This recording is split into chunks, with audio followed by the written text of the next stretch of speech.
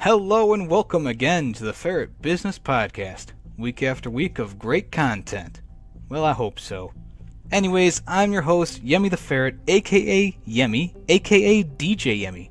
And here with me today is my first ever double interview because I am interviewing two roommates who play older games, retro dare I say, on YouTube. So let me introduce Heroine X Hero to the podcast. Hello. Hiya.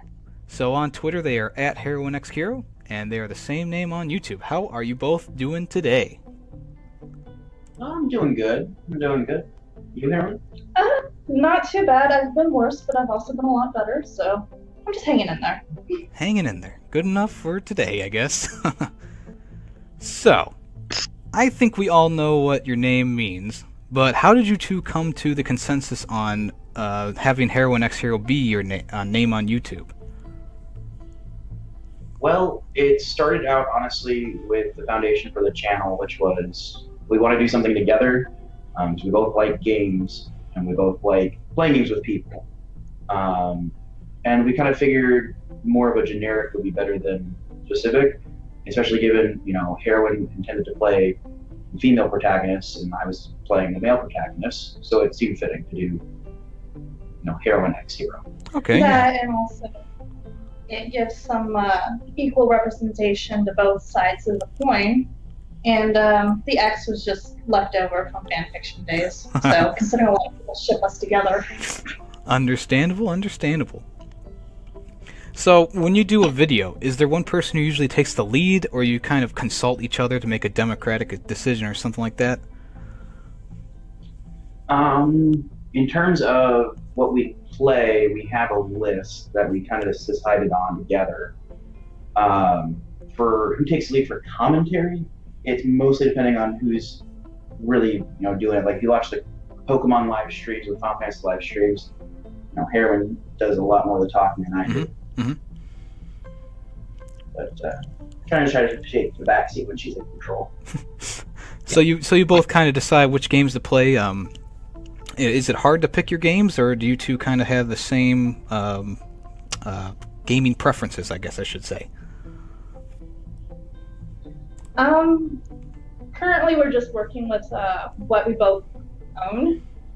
As for gaming preferences, he has some games that, are definitely going to be more his style, some more like the first person and third person shooters. I'll be honest, I'm more into like RPGs, RTSs, and just like tabletop gaming, but I will play almost anything, really. Well, that's cool. Yeah, for our first set of games, we kind of asked, friends and family, hey, what would you like to see? And we had quite a few requests, not for individual games, even for entire series. So quite a few people were like, play all the Final Fantasy, play all the Legend of Zelda games. We're like, oh God. So those are in the docket at some point.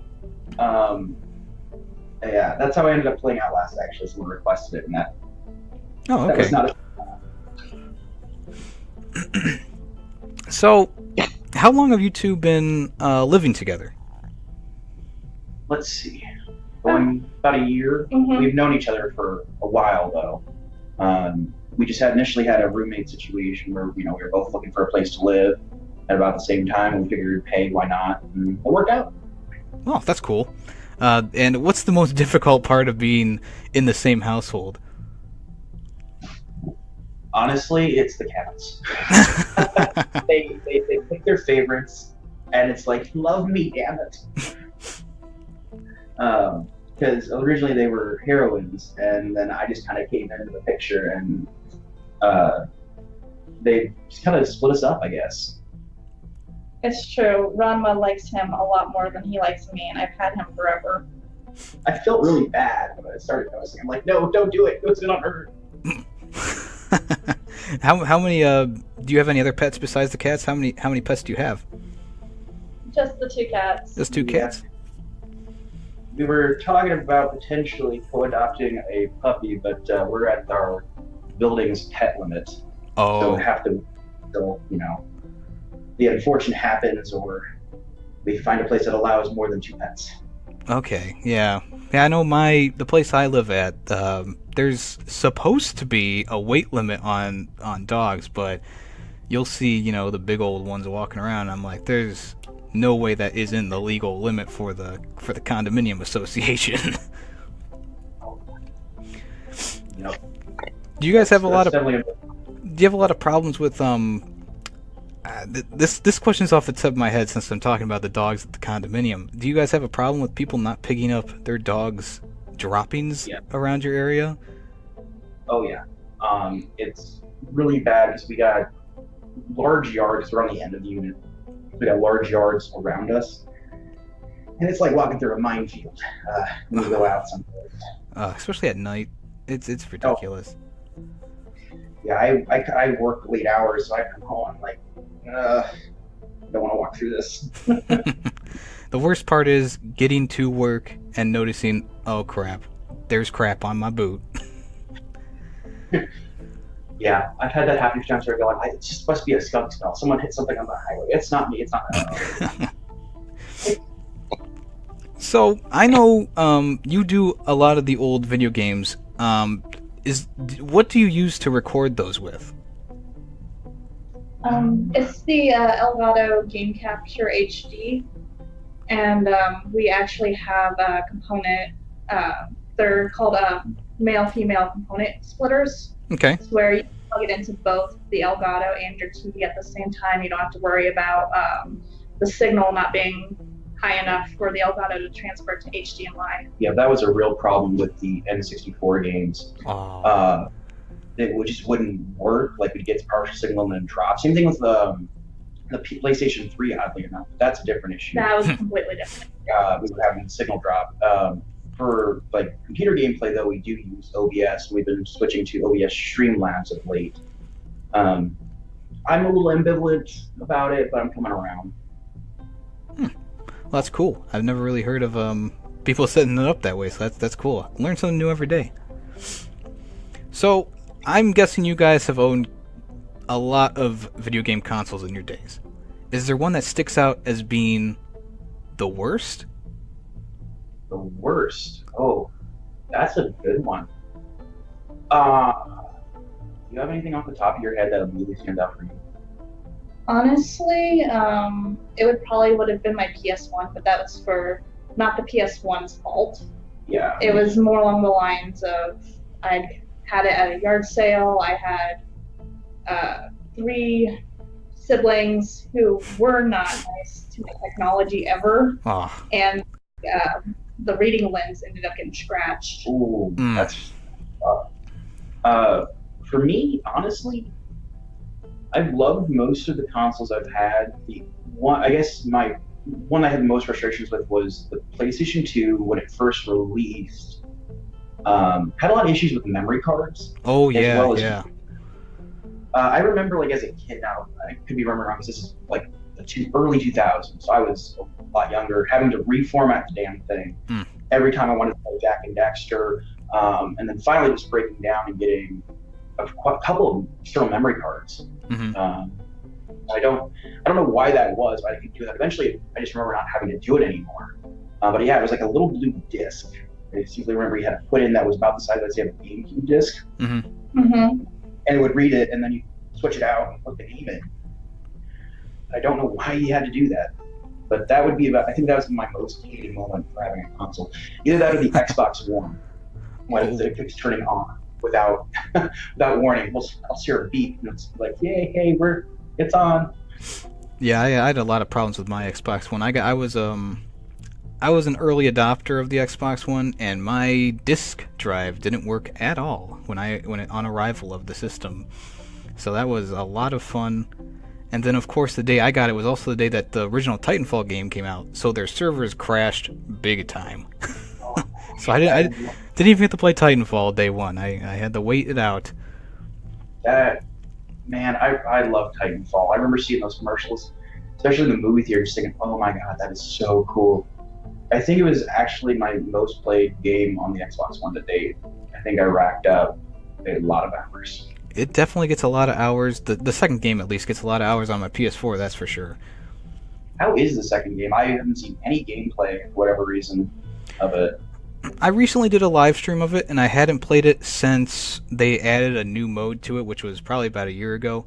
The servers are still populated, and it's still a lot of fun. I like the new Titan configurations, and I like the new. They have a few new power abilities in there. The story mode is really, really good. If you're looking for a good story, it has a really good it has like a buddy cop feel to it, with the Titan and the pilot being kind of buddy cops together. Yeah, I thought it was a good game. You know, it was probably my favorite of the year when it came out. Actually, to be honest with you. Oh well, I'm definitely gonna check out that live stream because, you know, we've been thinking about getting a PS4, and well, if the game's good, I'll go back in a heartbeat. Especially if they improve that story mode. 'Cause I love the campaign in the first game so much. Yeah, they definitely improved it. It's not part of the multiplayer experience anymore. It's more of a single player experience, and you can kind of you can actually get new Titans as you play along in the game, and you can switch on the fly, which is really nice. That is awesome. I can't wait to check it out. So, you guys have played a good handful of games on your channel. Which one has been the most fun to play so far? Well, in my personal opinion, they all hurt my soul at a certain point. I don't know. I think Spyro. Spyro. Was fun. Ratchet and Clank will probably be up there for me once we get that back on track after catastrophic hardware failure. Well, that leads me kind of into my next question real quickly. With the prospect of Spyro the Dragon Remaster coming out, what other games from the past would you want to see the remaster experience done to? I'm gonna go with Parasite Eve. I feel that it's very underrated for a Square Enix game, and it completely got overshadowed by Resident Evil at the time of its release, because Resident Evil came out 2 years before it, and I think it would be an excellent horror game to remaster and scare the pants out of people. For me, I'm not sure, because the one series I really wanted was Crash Bandicoot and Spyro, and those were done or going to be done. Yeah. Spyro. Maybe Croc. Honestly, I'd love to see Croc remade, just because that game captured my imagination so much as a kid. I had a very difficult time with it, though. Well, if they update the controls or something like that, or was it more of like the gameplay in general? Well, it was a little bit of the controls, because it had like a bit of input lag, being for the original PlayStation 1, so you'd move forward and then you wouldn't quite stop on a dime. Ah, yes. And that was real hard. That, and there wasn't, if you messed up a puzzle, for instance, you couldn't go back. There was no puzzle components reset or anything like that, so if you finish an area, you're done. If you missed a collectible or anything, and that was really frustrating as well. But I think that'd be a really nice game to see remastered. It's one of those titles you don't hear a whole lot about anymore. That's true. I haven't even heard of it myself. So I know that I know that you don't know this, but anyone who knows me personally knows that Banjo-Kazooie 64 is my favorite game of all time. And I know that you guys played through the whole game on your channel, and cue dramatic music, but you had to use the wiki when you played it. Now, I'm not offended by it, of course, but what is the most challenging puzzle piece to collect for you guys? From Banjo-Kazooie, oh man, what would it have been? I remember there was a couple we got real stuck on, and I got real fed up. Rusty Harbor Bay. The one that you get for getting all the Jinjos, because he waited until there's one that's under the dock, and he didn't know it was there. Mm-hmm. So he got the underwater one last. Yeah. Grabbed it and immediately drowned. Yeah, it was that one right at the end of the ship. You had to go through that broken grate under the main port area. You come in the level, you take a right, and then you got to jump in the water. And it's right there. Oh, that killed me. But I was gonna say the engine room. The engine room one was my most puzzle. One we definitely died the most on. But I think she's right. I think the Jinjos was the hardest overall for that world. Yeah, that engine room is nothing to laugh at. That's for sure. Oh goodness, yeah, that I forgot about the engine room. That blacked that out. Now I'm thinking about Tui though, and there were a few really hard puzzles in Tui that, oh man. But we haven't done that yet. No, we're gonna have to. We're really gonna have to. But One I'm thinking about is the one in Lance where you got to protect the pig from the biting shark things. That was a bad puzzle. Or Jolly Roger, whatever, where you aerate the water. Oh, okay. Talk about. So what's your favorite level in Banjo-Kazooie 64? Because mine has always been the Click-Clock Forest, Tick-Tock Forest. I love that one. How it's actually 4 different levels pieced into the same one. What's your guys' favorite level in that?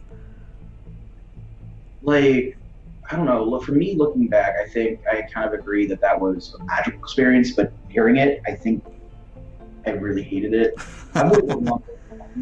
It feels like this really good intro to the game. Like if you're not paying attention, yeah, it's hard, but it paces it well. Everything's kind of there. You don't really have to try too hard, and I think that's probably that, or maybe the next level. Jolly Roger. No, that was Mario. What was it called? I know what you're talking about. It's the Bay one where you have to deal with the hippo pirate. Rusty Bucket Bay. Yes, thank you. That's actually the theme song is my ringtone, actually. As for my favorite, I'm gonna go with Clanker's Cavern. Oh yeah. I'm kind of shocked at that. A lot of people don't like that one, but it's definitely underrated for sure. It honestly scared me as a kid. I had the same problem, like just because going through that tunnel and you're just like, oh, there's this giant thing. What do you do? Same thing with the Yeti and Ripco's Rage in the Colossus world, I think it's called, where you just walk in and it kills itself. I thought you had to fight the Yeti, and I was scared of it for the longest time. It was terrible. I think the part that scared me the most about Clanker was going inside of him, and it's just very creepy inside there. When I was a kid, that was definitely a part that I did not enjoy going through. Yeah, that was like I tried really hard not to stare too hard at the walls. It's like, is he machine? Is he biological? What is this? So, I usually say that Banjo-Kazooie is my favorite game on the Nintendo 64. What would your guys' favorite game on that system be? Banjo-Tooie, hands down. No questions asked. No questions. Yeah. For me, it's probably I'm gonna have to go with Legend of Zelda: Majora's Mask. Okay. I like Tooie just because it was the first of the series I got as a kid, because I never got to get Banjo-Kazooie until I was a little older. And then after playing through everything, it just felt a lot bigger and a lot, not necessarily more well designed. It just felt a lot more well put, I guess. I don't know how else to describe it. It captured my imagination in a way that Kazooie didn't. I understand where you're going with it. I swear this is the last Banjo-Kazooie question, okay? Have you guys ever played Banjo-Kazooie Nuts and Bolts? No. The closest I've come is seeing JonTron, right? Didn't he do a review? Yeah, I wouldn't know. Yeah, he did a review for it. Yeah, that's the closest I've ever come. Yeah, he sums it up pretty well. It was really just like the death of Banjo-Kazooie, unfortunately. But yeah, you had to like create vehicles and you had to race around tracks, and it just didn't work. And it was originally slated to be just like Banjo-Kazooie or Tooie, where it was a 3D platformer, but instead, they decided to go with this vehicle thing, which was not very good. Not very good. I saw the video because I was kind of honestly thinking about doing it, and I was like, no. It's real funky. So you guys play Dungeons and Dragons, and don't worry, I used to play it myself back in my high school and college days. I always had a good time. Has there ever been like a bad experience during a D&D venture where everyone just dies at the same time? No, we haven't had that point where we've had a total party kill. Not yet. Not yet. We've got a new campaign coming up, hopefully this Sunday. Heroine, the DM, has been cackling about some of the fights that we're going to come up against, and I've heard repeatedly as she's building it in Roll20, I'm sorry. And we had one of our regular players drop out because of work reasons. We had to find another Yeah, player. that's why it's And I gonna take flat out so long. told them, you guys have to find another player or you guys will total party kill. Yes. I will not hold back if you ask me to, up up the ante, Bring on the difficulty. Okay. So Don't say it for you. I'm guessing this isn't your first time being a dungeon master. You've done it multiple times before. Yes. What's Both been of us. what's the favorite adventure you've sent someone on? Like, is there a certain quest line that you've done that you've liked over other ones? As a player, I really enjoyed this one campaign that Hero Bryce had where I don't remember exactly what it was based off of, but we were stuck in a time loop and we had to essentially do kind of a Life is Strange thing where we kept getting looped back if we didn't figure out the puzzle pieces for each area. So Yeah. I actually enjoyed that a lot. That was probably one of my favorite ones. I'd like to revisit that campaign at some time. That was really hard to design, though. I won't lie. Yeah, basically it was like Majora's Mask and that D&D. Okay. Time resetting and obstacles being reset. That made the players a little grumpy. They're like, we have to do it over again. Yeah, but you're healed, so just go at it. Yeah, but did you die? It's a farming experience. It's like Dark Souls. You just press the bonfire, then resets, you go farm. All right. Well, we have time for one more question. And my final question is this. With Ready Player One coming out as a movie, which will be out, of course, by the time this podcast comes up, what is your favorite video game movie out there? Do you even have one? Resident Evil. The original one was so good. Yeah, that was a really good one, but I'm actually, I can't remember the name of it now. I'm gonna have to go with Resident Evil because I can't remember the name of my actual favorite one because it wasn't even based off of a video game. It was Midnight Chronicles. That's what it was, and it was called Midnight Chronicles. But they only came out with one movie of it. I'm like, come on, are you serious? My favorite? Why? Is there a video game movie that's made you sick to your stomach, so to say? The Mario Brothers movie where they got like the king dangling down in that like mucus moss whatever, like that made me really ill as a child. I'm not sure I have one.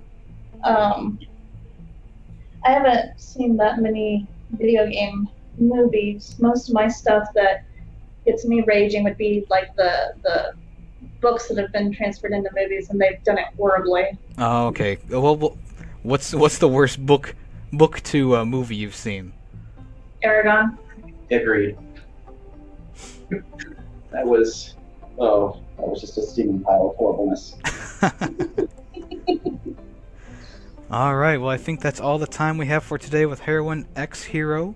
I just want to thank you both for coming on to the podcast one more time, and remember, it's at Heroine X Hero on Twitter and Heroine X Hero on YouTube. Links will be down below, of course, so you can find them real easily. Is there anything you guys want to say before we sign off? No, thanks for having us. Yeah, peace out, everyone. All right. Well, once again, I thank you for joining me on the podcast. It was a real pleasure talking to you guys. And also, I thank the listeners for supporting it. Every view counts. Every subscription counts. So if you like what you hear, if you like, I guess not really what you see, but if you like what you hear, press that like button and subscribe if you want to. Hey, I'm Yemmy the Ferret, and this has been the Ferret Business Podcast.